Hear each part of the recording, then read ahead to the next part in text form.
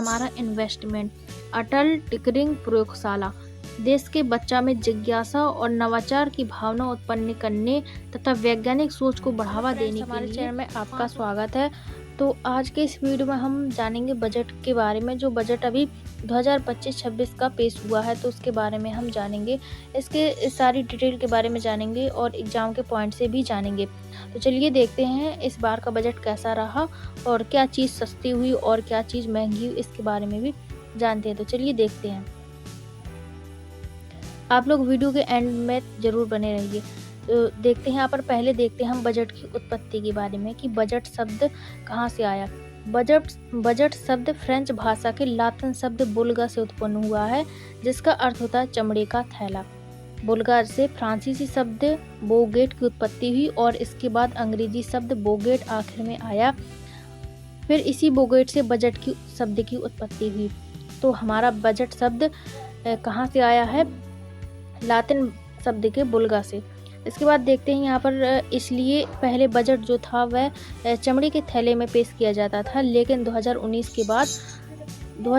के बाद ये परंपरा बदल गई और निर्मला सीतारमण ने 2019 में फर्स्ट बार रेड कलर का जो कवर था उसमें बजट पेश किया।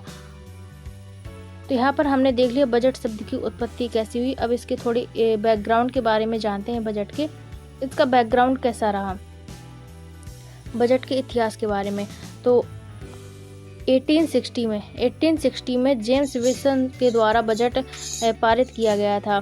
सबसे पहला जो बजट आया था 1816 में विल्सन के द्वारा बजट पारित किया गया था। फिर स्वतंत्र भारत का पहला बजट पारित किया था सन्मुखम सेठी ने 1947 में पारित किया था। इसके बाद 1950 में गणतंत्र भारत का पहला बजट वित्त मंत्री जॉन मथाई ने पारित किया था। इसके बाद सबसे ज़्यादा बार पेश किया था मोरारजी देसाई ने, लगभग 10 बार बजट पेश किया था, सबसे ज़्यादा बार इन्होंने पेश किया था। और पहली बार महिला इंदिरा गांधी हैं जो कार्यवाहक वित्त मंत्री के रूप में भी उन्होंने काम किया और इन्होंने भी बजट पेश किया। लेकिन पूर्णकालिक जो महिला है वह है निर्मला सीतारमण, जिन्होंने पूर्णकालिक यानी अपने 5 इयर्स तक इन्होंने बजट पेश किया है अपने पूर्ण कार्यकाल में। सबसे लंबी अवधि का भाषण दिया था वह निर्मला सीतारमण ने दिया था 2022 में, जो हुआ था 2 घंटा 40 मिनट का, जिसमें कि बजट भाषण हुआ था। तो ये हमने बजट के बैकग्राउंड के बारे में देख लिया। तो ये सारी चीज़ें याद करना बहुत ज़रूरी है, क्योंकि ये जो बजट है तो बजट पेश हुआ है फरवरी के फर्स्ट वीक या फर्स्ट फरवरी को। तो ये अब चलेगा, पूरी साल चलेगा और इससे पूरे साल से क्वेश्चन बनते रहेंगे हर एग्ज़ाम में। तो ये आपको बहुत अच्छे से याद करके चलना है। तो चलिए देखते हैं आगे बजट में क्या क्या दिया हुआ है। तो यहाँ पर सबसे पहले जानते हैं इम्पॉर्टेंट पॉइंट के बारे में। 1 फरवरी 2025 को भारत के वित्त मंत्री निर्मला सीतारमण ने 2025-26 के लिए 18वें लोकसभा चुनाव के बाद दूसरा केंद्रीय बजट, तो वित्त मंत्री निर्मला सीतारमण ने 8वीं बार बजट पेश किया है, जो हमारा 2025 का बजट था। तो इस बजट में क्या है, इसमें क्या क्या चीज़ें बदली गई हैं, इसके बारे में जानते हैं। तो विकसित भारत के 6 लक्ष्य यहाँ पर बताए गए हैं बजट में। पहला है गरीबी से मुक्त, दूसरा है 100% अच्छे स्तर की स्कूली शिक्षा, तीसरा है स्वस्थ सुविधाएं। इसके बाद 4th नंबर का है कि 100% कुशल कामगार के लिए 7 सार्थक रोजगार। इसके बाद 5 हमारा लक्ष्य है आर्थिक गतिविधियों में 100% महिलाओं की भागीदारी। 6 नंबर का गोल है हमारे कि भारत को food basket of the world बनाना है किसानों के जरिए। तो इसमें भी काफ़ी सुधार किया जाएगा। तो आगे देखते हैं और जानते हैं इन सबको करने के लिए क्या क्या उपाय किए गए हैं यहाँ पर। तो बजट का उद्देश्य यहाँ पर देखते हैं। बजट का उद्देश्य है कि लक्ष्य आगामी 5 इयर्स में कराधान यानी टैक्स, बिजली, शहरी क्षेत्र विकास, खनन, वित्तीय क्षेत्र और नियामक सुधारों सहित 6 डोमेन परिवर्तन में सुधार करना है। ये बजट का उद्देश्य है। इसके बाद देखते हैं आगे। अब जो बजट है, जो हमारा 25-26 का बजट है, इसकी विकास यात्रा में कुछ बिंदु हैं। तो इसमें विकास यात्रा में 4 बिंदु बताए गए हैं, 4 इंजन। जैसे कि हमारी ट्रेन होती है, तो जब तक ट्रेन का इंजन कार्य करता है तब तक ट्रेन चलती है। इंजन कार्य करना बंद कर देता है तो ट्रेन नहीं चलती है। तो इसी तरीके से बजट में 4 इंजन बताए गए हैं। तो पहला इंजन है कृषि, दूसरा इंजन है एमएसएमई। एमएसएमई का मतलब होता है माइक्रो स्मॉल मीडियम इंटरप्राइज। तो माइक्रो स्मॉल मीडियम इंटरप्राइज, ये 4 इसके अंदर आते हैं। एमएसएमई, इसको बढ़ाना, निवेश को बढ़ाना, इन्वेस्टमेंट और एक्सपोर्ट को बढ़ाना। तो ये 4 इंजन बताए गए हैं। तो अब ये इंजन को किस तरीके से कार्य करेगी यहाँ पर आगे बताया गया है। इसके साथ साथ इंजन के लिए फ्यूल की भी ज़रूरत होगी, जो ईंधन में सुधार किया जाएगा। मार्गदर्शक, प्रेरणा एवं समावेशी के बारे में देखा जाएगा। लक्ष्य विकसित भारत को बनाना है। तो हम चलते हैं पहले इंजन के बारे में। तो बात करते हैं पहले इंजन के बारे में। जो पहला इंजन है हमारा कृषि। तो कृषि के बारे में देखते हैं। तो प्रधानमंत्री धन्य धान कृषि योजना, इसके तहत केंद्र सरकार राज्यों की भागीदारी से प्रधानमंत्री धन्य धान कृषि योजना का शुभारंभ करेगी। इस कार्यक्रम में उत्पादकता, कम फसलों की बुआई और औसत से कम ऋण मापदंडों वाले 100 जिलों को शामिल किया जाएगा। तो कृषि को बढ़ाने के लिए क्या किया जाएगा? धन्य धान कृषि योजना लाई है, जिसके लिए 100 जिलों को शामिल किया गया है। इसमें ऋण दिया जाएगा बुआई के लिए, फसल की कटाई के लिए, इन सभी के लिए। तो ये योजना है, इसे आपको याद रखते हुए चलना है। इसके बाद देखते हैं आगे क्या बताया गया है कृषि को आगे बढ़ाने के लिए। पंचायत और ब्लॉक स्तर पर फसल कटाई के बाद भंडारण को बढ़ाना। जैसे कि फसल कट जाती है, इसके बाद भंडारण ही नहीं है, तो इसके लिए कृषि को में जब उत्पादन ज़्यादा होगा तो उसके लिए कटाई के बाद भंडारण की आवश्यकता पड़ेगी, तो उसे भी बढ़ाना। सिंचाई की सुविधाओं में सुधार करना।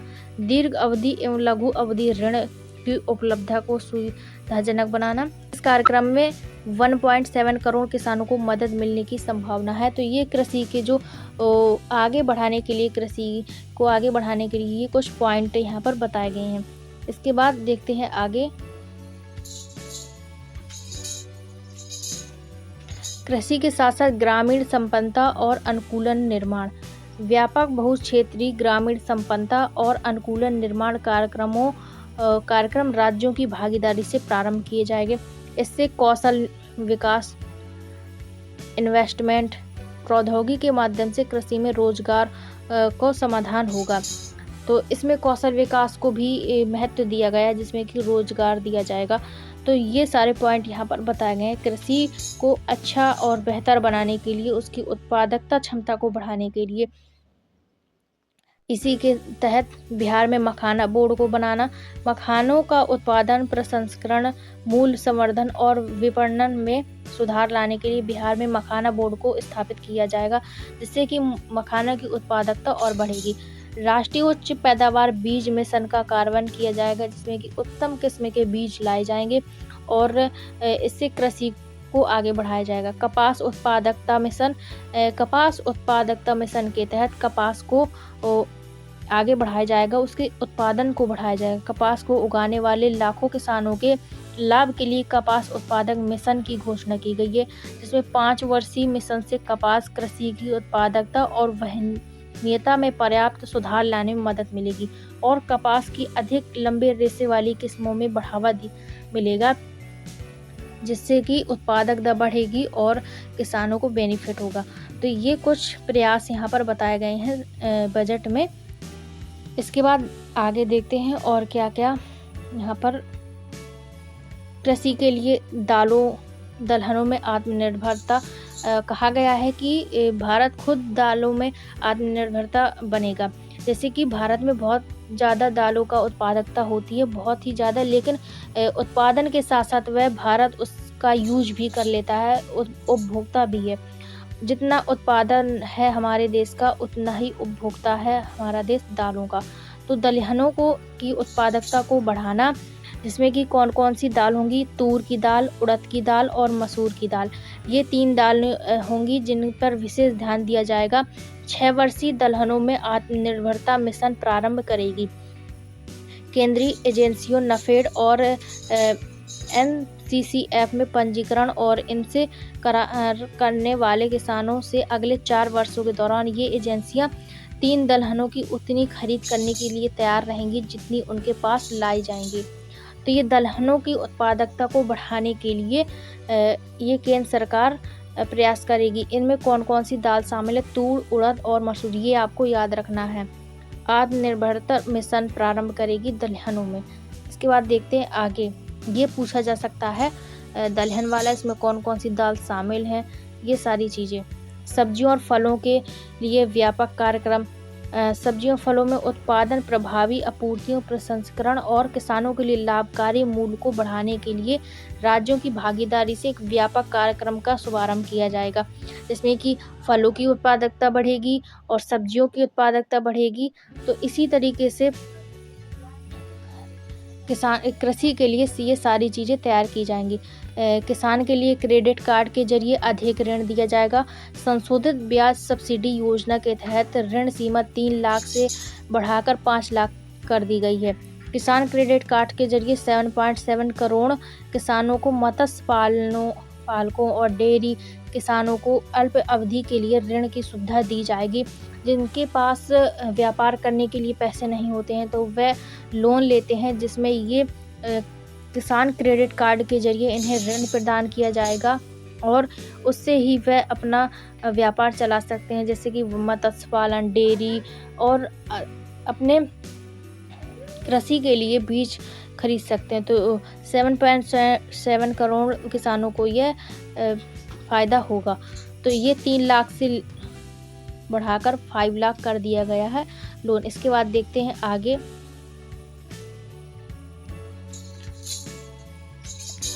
है कि जब कृषि होगी और सारी चीज़ें उत्पन्न होंगी तो उसके लिए कीड़ों से बचने के लिए उन पे या तो फिर दवाई होनी चाहिए या फिर यूरिया प्लांट होना चाहिए, तो जिसके तहत अधिक से अधिक जो दवाइयाँ हैं जिससे कीड़े बच सकें, जिससे कीड़े मर सकें और हमारी खेती को उपजाऊ बना सके, उसके लिए यूरिया प्लांट लगाया जाएगा नामरूप, असम में एक जगह है नामरूप, तो वहाँ पर यूरिया प्लांट लगाया जाएगा।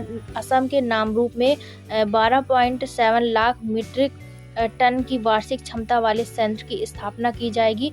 पूर्वी क्षेत्र में बंद पड़े 3 यूरिया संयंत्रों को फिर से खोला जाएगा और यह यूरिया उत्पादन में आत्मनिर्भरता की ओर एक कदम होगी, जिसमें कि जो कुछ फसल ऐसी होती हैं जिन पर कीड़े लग जाते हैं और सारी बर्बाद हो जाती हैं, समय पर दवाई नहीं मिलती है या फिर समय पर खाद बीज नहीं मिलता है, तो इन सभी के लिए भी ये कार्यरत होगा और फसल को अधिक उपजाऊ बनाने के लिए यूरिया की आवश्यकता होगी, जिसमें कि खाद डालने से बीज अधिक मोटे होते हैं और फसल अच्छे गुण की होती है। तो यहाँ पर ये असम के नामरूप में यूरिया प्लांट लगाया जाएगा। तो यहाँ पर देख लिया। इसके बाद देखते हैं आगे और क्या क्या चीज़ है जो कृषि के लिए किए जाएंगी। तो ग्रामीण अर्थव्यवस्था के लिए उत्प्रेरक के रूप में भारतीय डाक काम करेगा। 5 लाख ग्रामीण डाकघरों वाले भारतीय डाक को भारतीय डाक में पेमेंट और 2.4 लाख डाक सेवकों के विशाल नेटवर्क की सहायता से ग्रामीण अर्थव्यवस्था के उत्प्रेरक के रूप में कार्य करने के लिए तैयार किया जाएगा। मतलब हर जगह बैंक नहीं है, जैसे कि किसी एक गांव में बैंक है और 2-3 गांव छोड़कर चौथे गांव में बैंक होती है, लेकिन डाकघर एक ऐसा डाक है जो हर गांव में डाक उपलब्ध है। तो उसके जरिए पेमेंट कैसे होता है और इन सभी के जरिए लोन कैसे मिलता है, तो उसमें डाक को अधिक प्रायोरिटी दी गई है और 5 लाख ग्रामीण को डाकघरों में भारतीय डाक को ये पेमेंट के लिए सुविधा प्रदान की जाएगी और भारतीय डाक के बारे में प्रोत्साहन किया जाएगा कि ये कैसे कार्य करता है। तो इसके लिए भारतीय डाक को यूज किया जाएगा कृषि के लिए। तो इसके बाद देखते हैं आगे। अब हमारा शुरू होता है दूसरा इंजन है MSME। MSME micro small and medium enterprise. दूसरा इंजन सूक्ष्म लघु और मध्यम उद्यम है। तो इसमें MSMI के लिए वर्गीकरण मानदंड में संशोधन। MSMI को अधिक व्यापक पैमाने पर दक्षता, प्रौद्योगिकी उन्नयन और पूंजी तक बेहतर पहुंच की सुविधा पाने में उनकी सहायता करने के लिए उद्देश्य से सभी MSMI के लिए वर्गीकरण से संबंधित निवेश और कारोबार की सीमाओं को 2.5 और 2 गुना तक बढ़ाया गया है।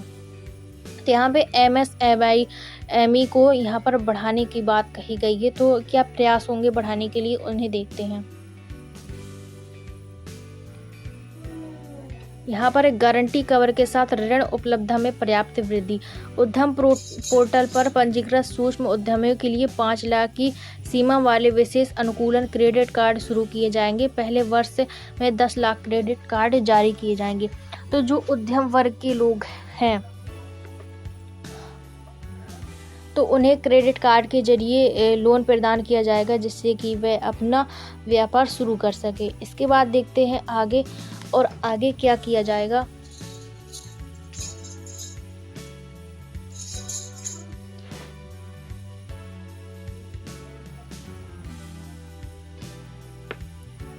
आगे 5 लाख महिला, अनुसूचित जाति और मतलब SC और ST के लिए एक नई योजना शुरू की जाएगी। इससे अगले 5 वर्षों के दौरान 2 करोड़ तक का समाधि ऋण उपलब्ध करवाया जाएगा और उद्यमशीलता और प्रबंधकीय कौशलों के लिए ऑनलाइन क्षमता निर्माण कार्यक्रम भी आयोजित किए जाएंगे। मेक इन इंडिया के तहत इसे आगे बढ़ाने के लिए उद्देश्य से केंद्र सरकार लघु, मध्यम और बड़े उद्यमों को शामिल करते हुए राष्ट्रीय विनिर्माण मिशन की स्थापना करेगी। तो इसके जरिए सभी को लाभ होगा, महिलाओं को, SC ST के लिए, इन सभी के लिए योजना शुरू की जाएगी और इन्हें ऋण प्रदान करने के लिए मेक इन इंडिया के तहत ये सारे प्रयास किए जाएंगे। अब आगे देखते हैं तीसरा इंजन के बारे में। तीसरा इंजन है हमारा इन्वेस्टमेंट। अटल टिंकरिंग प्रयोगशाला देश के बच्चा में जिज्ञासा और नवाचार की भावना उत्पन्न करने तथा वैज्ञानिक सोच को बढ़ावा देने के लिए 5 वर्षों में सरकारी स्कूलों में 50,000 अटल टिंकरिंग प्रयोगशाला स्थापित की जाएगी, वह भी इसके जरिए। तो अटल टिंकरिंग प्रयोगशाला को स्थापित किया जाएगा। 50,000 अटल टिंकरिंग प्रयोगशाला स्थापित किया जाएगा, वो भी सरकारी स्कूल में। तो यहाँ से इस तरीके की जो प्रयोगशाला यहाँ पर बनाई जाएंगी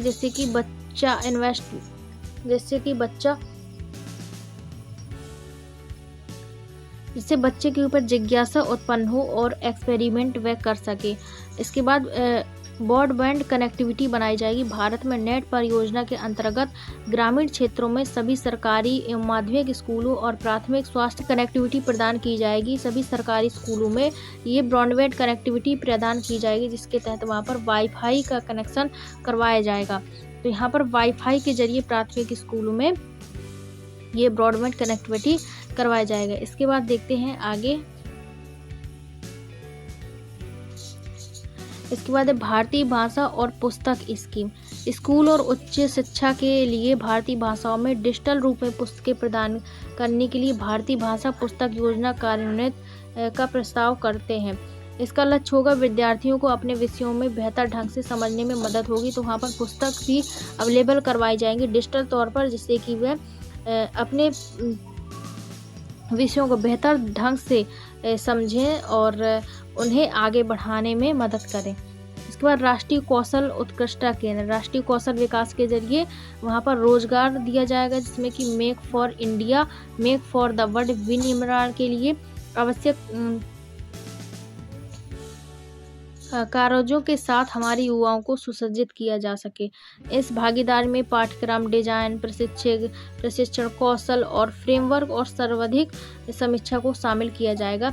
तो जैसे कि हमारे यहाँ पर अभी कौशल विकास खुला है, जहाँ पर कौशल ITI होती है, वहाँ पर ITI होती है, सिलाई मशीन होती है, फैशन डिजाइनिंग, ये सारी चीज़ें होती हैं कौशल विकास के तरीके। तो वहाँ पर सिखाया जाता है और सिखाने के साथ साथ वहाँ पर ट्रेनिंग होती है। तो इसके ज़रिए, इस कौशल विकास के ज़रिए लोगों को रोज़गार दिया जाएगा।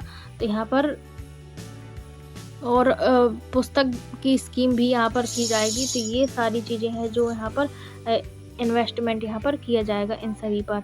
इसके बाद देखते हैं अब जो हमारा था जो हमारे 4 इंजन थे, 4 इंजन में हमने कृषि को देख लिया, first engine, second engine MSME को देख लिया, थर्ड इंजन है इन्वेस्टमेंट। तो इन्वेस्टमेंट में हम देख रहे हैं कि शिक्षा हेतु एआई में उत्कृष्टता केंद्र, एआई जो हमारी आर्टिफिशियल इंटेलिजेंट है उससे दिखाई गई है। 500 करोड़ के कुल परिव्यय से शिक्षा हेतु कृत्रिम बुद्धिमत्ता संबंधी उत्कृष्टता केंद्र स्थापित किया जाएगा।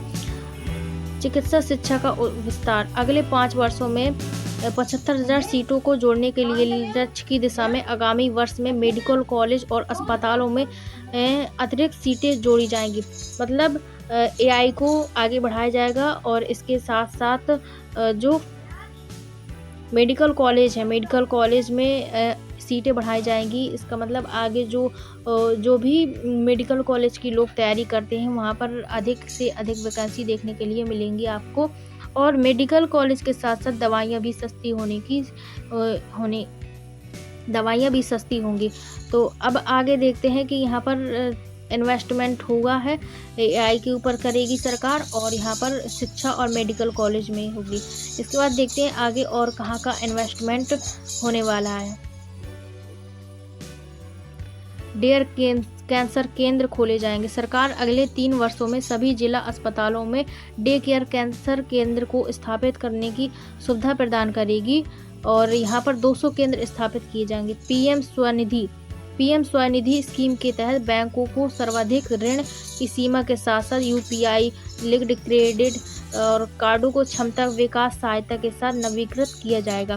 तो यहाँ पर सरकार डे कैंसर के केंद्र को खोलेगी और पीएम स्वनिधि योजना के तहत यहाँ पर बैंकों में ऋण प्रदान करने के लिए यहाँ पर यूपीआई क्रेडिट कार्ड इन सभी के लिए नवीकृत किया जाएगा। तो यहाँ पर भी सरकार इन्वेस्टमेंट करेगी। इसके बाद देखते हैं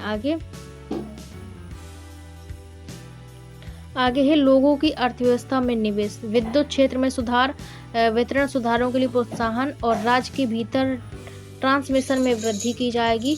ये सुधार करने पर राज्यों को जीडीपी के 5% की अतिरिक्त उधारी भी दी जाएगी।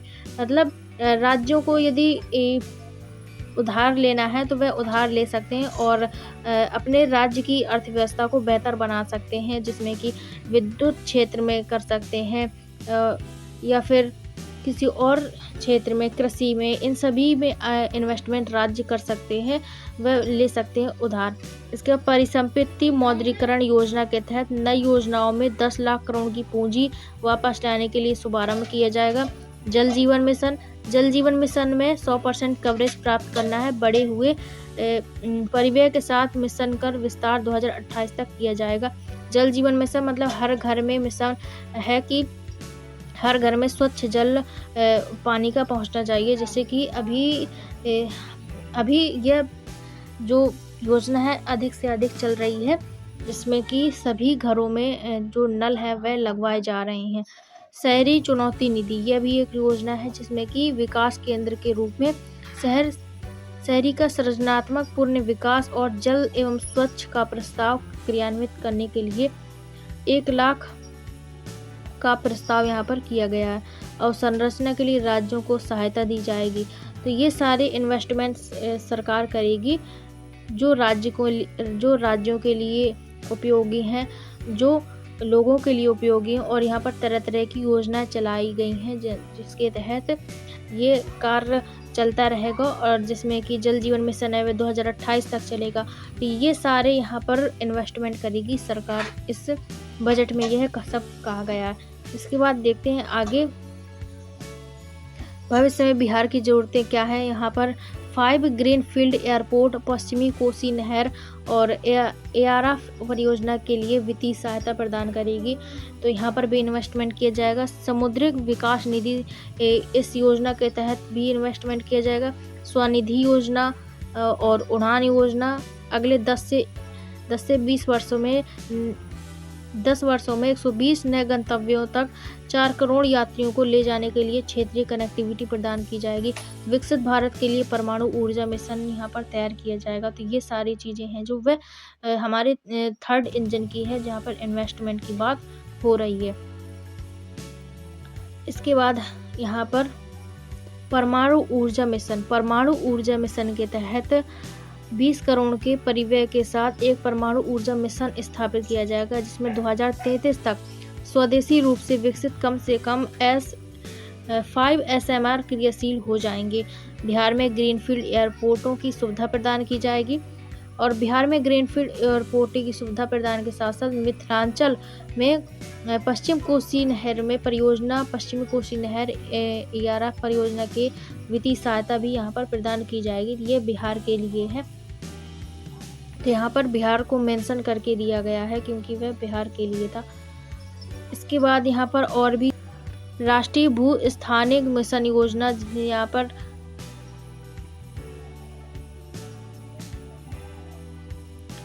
राष्ट्रीय भू स्थानिक मिशन योजना जहाँ पर बुनियादी भू स्थानिक अवसंरचना और को कहाँ विकसित करना है, अभिलेख शहरी परियोजना में डिजाइन के आधुनिकीकरण में। तो ये यहाँ पर ये इम्पोर्टेंट नहीं, यहाँ पर है ज्ञान भारतम मिशन योजना। ये यहाँ पर किया जाएगा 1 करोड़ से अधिक पांडुलिपियों को शामिल करने के लिए हमारे पांडुलिपि धरोहर का प्रलेखीकरण और संरक्षण यहाँ पर किया जाएगा।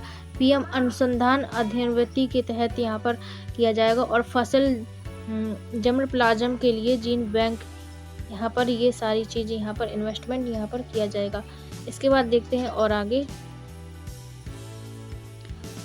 चौथा हमारा जो इंजन है वह है एक्सपोर्ट। यहाँ पर एक्सपोर्ट के लिए क्या क्या किया जाएगा, यहाँ पर निर्यात संवर्धन मिशन MSME मंत्रालय और वित्त मंत्रालय के द्वारा ये संयुक्त चलाया जाएगा। निर्यात संवर्धन और मिशन वाणिज्य मंत्रालय, ये आपको याद रखना पड़ेगा। चौथा जो इंजन है हमारा एक्सपोर्ट किसके तहत किया जाएगा, तो यह कौन कौन करेगा, वित्त मंत्रालय और यहाँ पर वाणिज्य मंत्रालय। निर्यात संवर्धन मिशन चलाया जाएगा यहाँ पर निर्यात के लिए। आगे देखते हैं और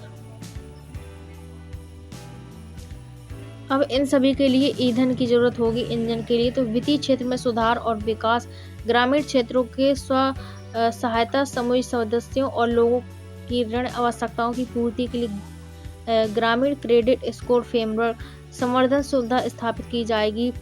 यहाँ पर संशोधित केंद्रीय KYC रजिस्ट्री 2025 में शुरू की जाएगी। कंपनियों के लिए विलय के शीघ्र अनुमोदन के लिए अपेक्षाओं और प्रक्रियाओं को तर्कसंगत बनाया जाएगा। बीमा क्षेत्र के लिए प्रत्यक्ष विदेशी निवेश की सीमा 74 से बढ़ाकर 100% कर दी जाएगी।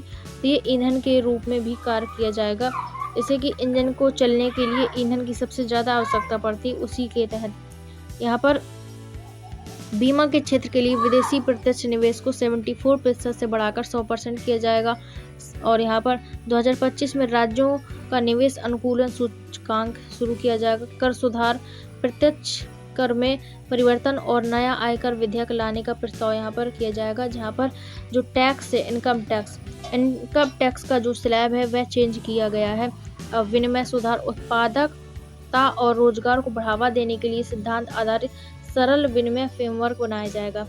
यहाँ पर जैसे कि हम इनडायरेक्ट टैक्स देते हैं GST, उसी प्रकार डायरेक्ट टैक्स देते हैं हम इनकम टैक्स, तो उसकी स्लैब को भी परिवर्तित किया गया है। तो अभी हम आगे पढ़ेंगे। राजकोषीय सुदृढ़ीकरण किया जाएगा, जहाँ पर उधारियों के अलावा कुछ प्राप्तियों का संशोधन, अनुमान, जिसमें कि निवल कर प्राप्तियाँ और कुल व्यय, ये सारी चीज़ें यहाँ पर की जाएंगी। बजट का अनुमान है कि 2025-26 में उधारियों के अतिरिक्त कुल प्राप्तियां 34.96 लाख करोड़ है जो कुल प्राप्त होगा हमें, और कुल जो व्यय कर रहे हैं सरकार इस बजट में तो 50.65 लाख करोड़ रहने का अनुमान है यहाँ पर जो कुल हमारा खर्चा होगा। तो ये सारी चीज़ें यहाँ पर बताई गई हैं। इसके बाद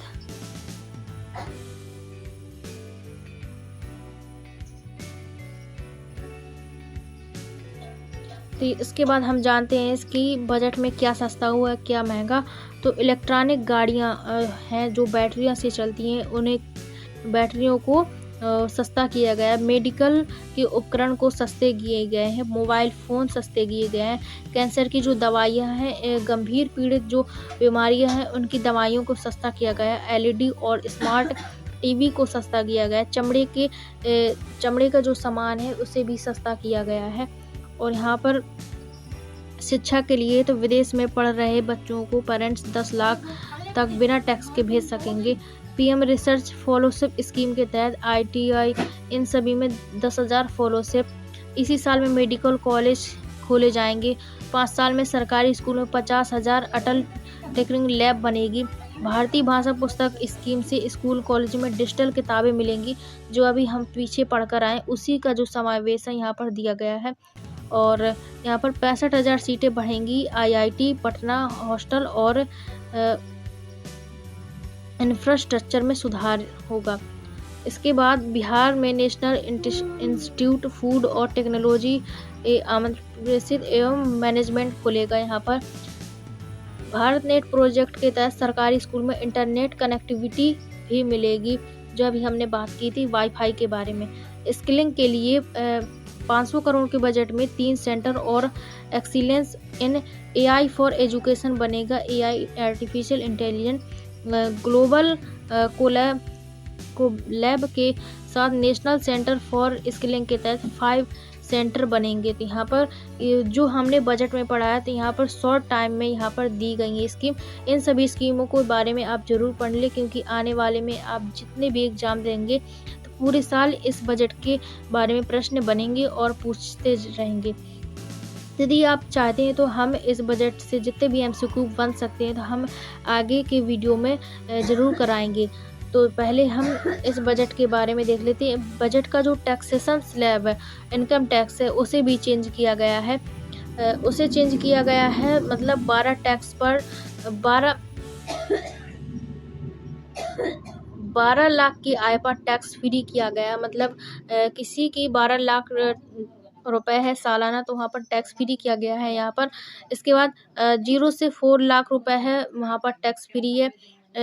4 से 8 लाख पर 5%, 8 से 12 लाख पर 10%, 12 से 16 लाख पर 15%, 16 से 20 लाख पर 20% और 20 से 24 लाख तक 25% और 24 लाख से आगे के बाद 30% टैक्स लागू होगा। तो ये नया स्लैब है जो आपके लिए बहुत इम्पोर्टेंट है। तो ये भी आप याद कर लें, क्योंकि एग्जाम में पूछा जा सकता है कि 12 से 16 लाख तक में कितना परसेंट का टैक्स लगेगा। तो यहाँ पर 15% का। तो ये सारी चीज़ें हमने इस वीडियो में कवर की। तो फ्रेंड्स ये थी हमारी वीडियो जिसमें कि हमने ये सारी चीज़ें पढ़ी बजट में। इसमें बहुत ही ज़्यादा एग्ज़ाम के पॉइंट से आते हैं। तो हमें इसकी पीडीएफ हमारे टेलीग्राम चैनल के जीके जीएस, मैं आप सबको बता दूं कि जीके जीएस यहाँ पर आप देख सकते हैं लोगो और यहाँ पर नाम। तो ये आप सर्च करेंगे तो टेलीग्राम चैनल पर, तो वहाँ पर आपको ये पीडीएफ मिल जाएगी, जिसके ज़रिए आप रखकर इससे नोट्स बना सकते हैं या फिर आप इसे पढ़ सकते हैं। जब आपका एग्ज़ाम हो रिवीजन कर सकते हैं। तो यहाँ पर आपकी इस पीपीटी की जो पीडीएफ है वह हमारे टेलीग्राम ग्रुप में मिलेगी। तो आप सभी उसे ज्वाइन करिए और ज़्यादा से ज़्यादा शेयर एवं लाइक एंड सब्सक्राइब करना ना भूलें। तब तक के लिए मिलते हैं आगे।